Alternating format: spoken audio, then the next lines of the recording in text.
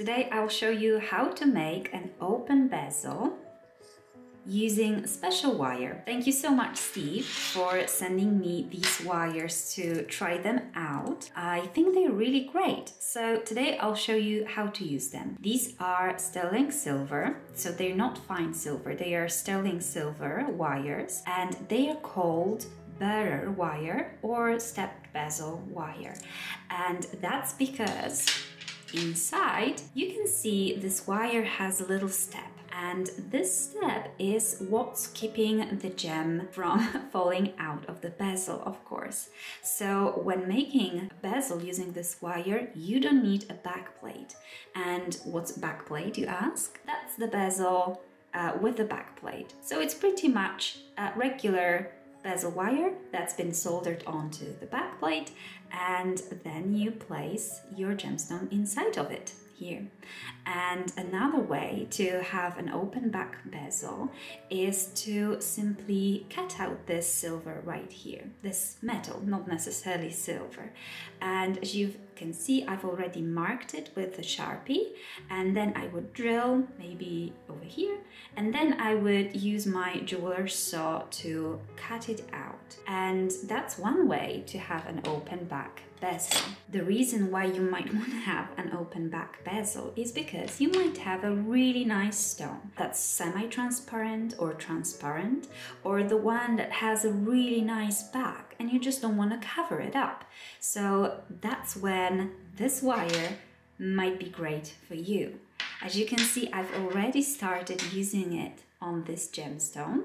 But don't worry, I'll show you step by step how I created this and how to use it. So let's go. These are lovely two gems that I would like to set using this Bezel wire. So I'm going to check and see which of these two sizes will be better, because we don't want the walls to be too short and we don't want them to be too tall. But actually, when they are too tall, obviously that's not as big of a problem because we can always shorten them. With the walls that are too short, there's not much we could do. So that's why I'm going to measure it now and see which one will be better. For measuring, you could use special measuring tools like this one, for example, but you can also just check and see if the height is okay. In this case, I can see straight away that this one is too small for this cabochon, and it's definitely even worse for this one. So this will be too small. It was perfect for this gem because this one was very, very thin, so it fits in perfectly. The wall goes just a little bit beyond the curve, so it will be easy to set and I won't have to adjust it at all. Let's try with the taller bezel. So unfortunately, both wires turn out to be a little bit too short for these two gemstones. So I went ahead and picked another one, this one. It's a lovely clear quartz, so I would be very happy for it to be open on the back. It seems to be the perfect height, so I'm going to be using this one right now.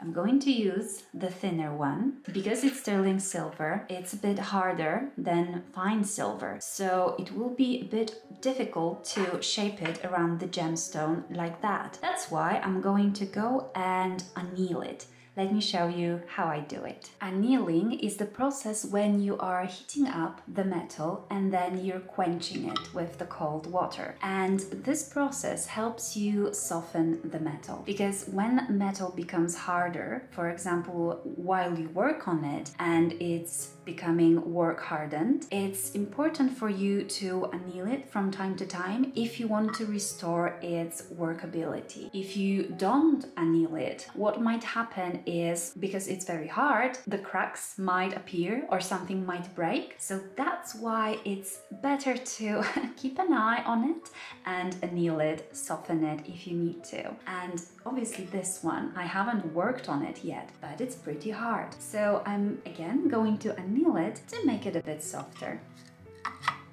Charcoal brick is great because it reflects the heat, so that's why I'm going to use it to speed up the process pretty much.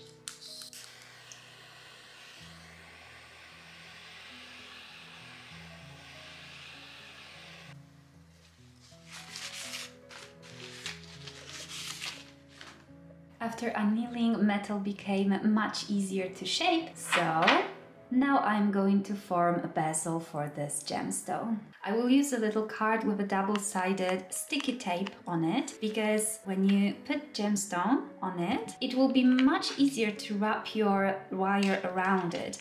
And that's actually great for any wire that you're using.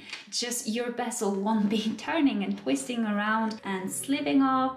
It's just kept in one place, so I really like this trick. So first I'm going to start from this side over here, so like middle of one longer side of the gemstone.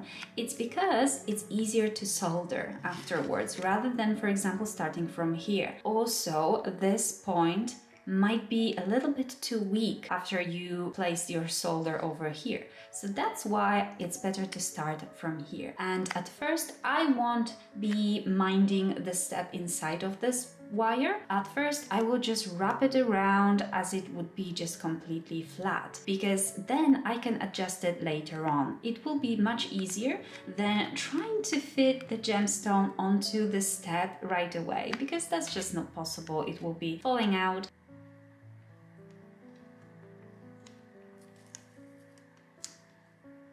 You could just go like this and try to turn it around this very sharp corner over here. So what I'm going to do instead, I'm going to mark where the spot is, where I want it to turn, and I'm going to help myself with pliers. I've chosen this tricky shape to work with. Could have chosen something round, it will be much easier, but no. I had to choose that one. Anyway, it's fine. Right, so I have a corner here, and then I'm going to go for another one. If you, for example, would feel that it's still too hard, you could anneal it again.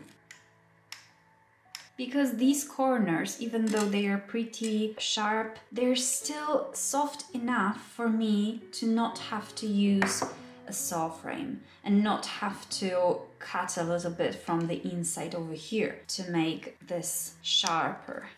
Wrong side, there we go. So I think the bezel has been shaped. There are some adjustments that I will need to do, but yeah, that's pretty much what I need. So next step is I'm going to mark where I need to cut, and then I'm going to continue shaping the bezel. Now I will focus on the details, focus that everywhere fits perfectly, and then I will prepare it for soldering. I'm cutting off, leaving a little bit extra space because it's easier to adjust that way than if you cut too much and then you have to start over. Making sure that I make a straight line so I don't have to file it too much afterwards, because what we need is these edges here to be perfectly flush for soldering. So they should meet perfectly and no light should be coming through them after they are connected. Yep, obviously too much, but that's okay, because I'm going to start adjusting now. Now the gemstone sits on this little seat inside, this little step. Now I can clearly see how much I need to cut off for it to be placed perfectly in that spot. Okay, so now it's time to solder the bezel.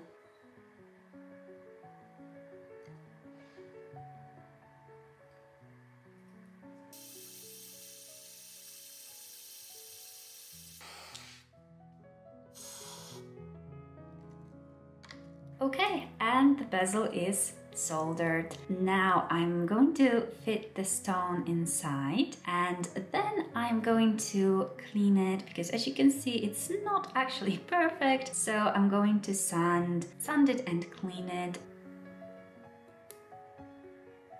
Okay, and the stone fits in perfectly. I'm very happy with the result, and I really like that it's like almost completely transparent, but it still has these little inclusions inside. And on the back it looks like this, and yeah, the edge here isn't perfect, so I'm going to sand it and make it invisible pretty much. What do you think, guys, about it? Are you going to try it out? I think it's a great way to frame some of your gemstones, especially the ones that you don't want to cover on the other side. And this wire is pretty neat for that.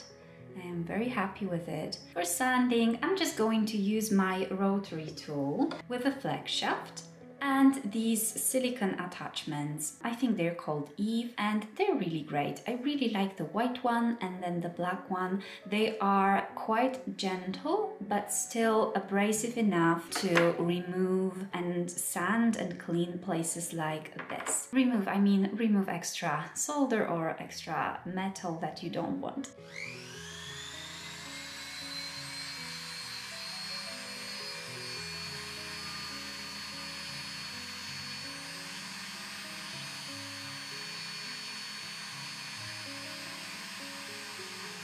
Okay, it's ready to continue working on it. I think that a simple veil on top of here will be a good fit for this, because the whole thing is very delicate and dainty with the gemstone, so I don't want to make it too heavy. Let me finish it and I'll show you how it looks like.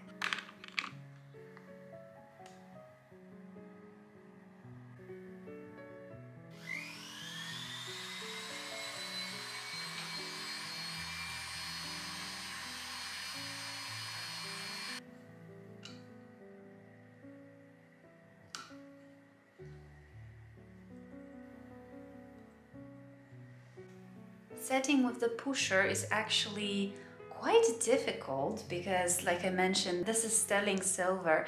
It's a bit harder than fine silver, so for me it's actually quite difficult to set it. So I'm going to try and use this attachment for a rotary tool that helps with setting the stones.